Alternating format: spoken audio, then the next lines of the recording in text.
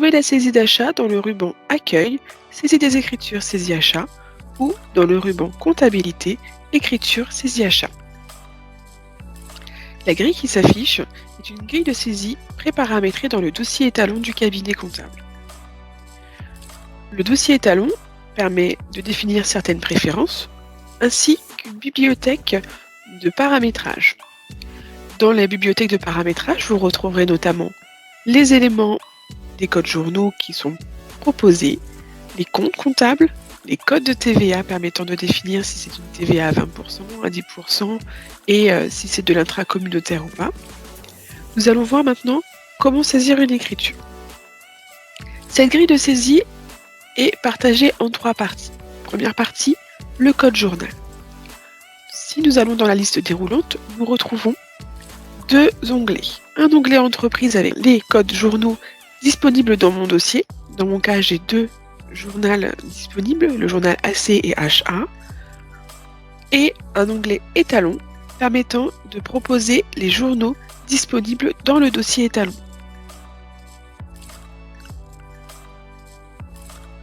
Le journal proposé par défaut est celui qui a été dernièrement utilisé dans cette saisie. Nous allons rester sur ce journal AC. Ensuite, cette grille de saisie est partagée en 2 autres parties. Une première partie qui est la partie en tête d'écriture, où je vais retrouver notamment les dates de pièces, le numéro de pièce, le compte de contrepartie et la partie débit et crédit qui est liée au TTC. Puis, dans le bas d'écran, les mouvements composant l'écriture avec les montants qui seront saisis en hors taxe et la partie TVA. Nous allons commencer notre saisie. Je vais indiquer ma date de pièce et grâce au bouton tabulation, je vais continuer ma saisie. Je vais saisir une facture achetée chez Amazon.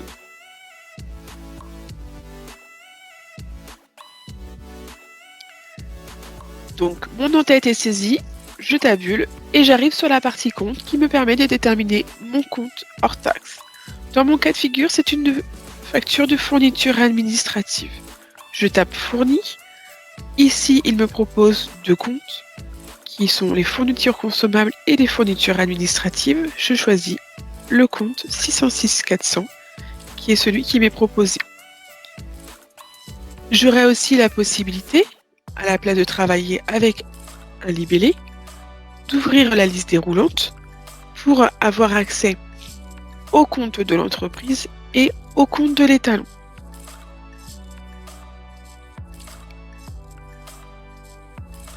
Nous allons continuer ma saisie. J'ai la possibilité de modifier mon libellé mouvement. Par défaut, il me prendra le libellé du compte. Mon compte 606 400 est prédéfini dans mon dossier à 20%. Il m'est possible de changer ce code de TVA pour définir un autre taux. Pareil, cette notion de code de TVA, je retrouve un onglet Entreprise avec l'ensemble des codes de TVA disponibles dans mon dossier, aussi bien des codes de TVA achat, IMO, vente et à l'encaissement ou pas. Et j'aurai la possibilité aussi d'avoir des codes de TVA intracommunautaires comme je peux avoir le T5 à ce niveau-là. Je vais continuer ma saisie. Si je n'ai qu'un mouvement, il est possible simplement de faire F11 qui me permettra de réaliser le dispatch hors taxe TVA. Si j'ai plusieurs mouvements, je vais indiquer le montant hors taxe de ce mouvement, tabuler, arriver en dessous, puis continuer ma saisie.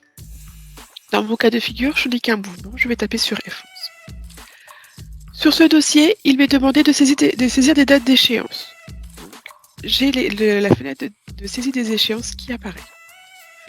Si je n'ai pas d'échéance sur cette facture, je peux faire annuler. Il n'y aura pas d'échéance renseignée et par défaut, on considérera que je suis au paiement au comptant. Si j'ai une date d'échéance, dans ce cas, je vais la renseigner. Là, dans mon cas, je suis à échéance multiple. Donc, je peux mettre 50% et une ligne supplémentaire sera affichée pour me proposer de mettre le reste. Je valide. Là, il me propose de confirmer la validation de mon écriture. Si je fais OK, je passerai à l'écriture suivante. Je vais faire annuler puisque je veux renseigner une information complémentaire qui est la partie commentaire. La partie commentaire que vous retrouvez en bas à droite permet de saisir une information qui permettra au comptable de pouvoir avoir toutes les informations au moment où il repassera sur les écritures pendant la révision ou la clôture.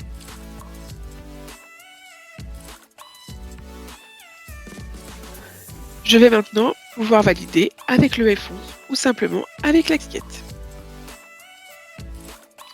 Deuxième écriture avec un peu plus d'automatisme. Je vais saisir ma facture d'autoroute. Ma facture d'autoroute, je vais utiliser donc le 401 autoroute qui est prédéfini dans mon dossier pour 35,20 €. Là, j'ai de l'automatisme qui a été mis en place. Dès que le libellé autoroute est marqué en libellé pièce, automatiquement, il m'affiche le 625 en mouvement hors taxe.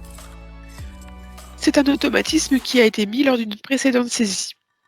Comment mettre en place cet automatisme? Assez simplement, grâce au contrôle F11.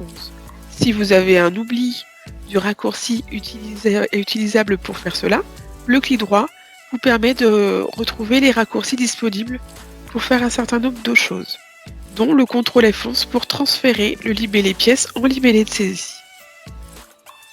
Nous voyons aussi dans les raccourcis la possibilité assez facilement d'accéder au grand livre du compte sur lequel on se situe, ou aussi de pouvoir faire de la répartition analytique, ou, comme j'ai pu le dire tout à l'heure, la notion de validation d'écriture pour le F11.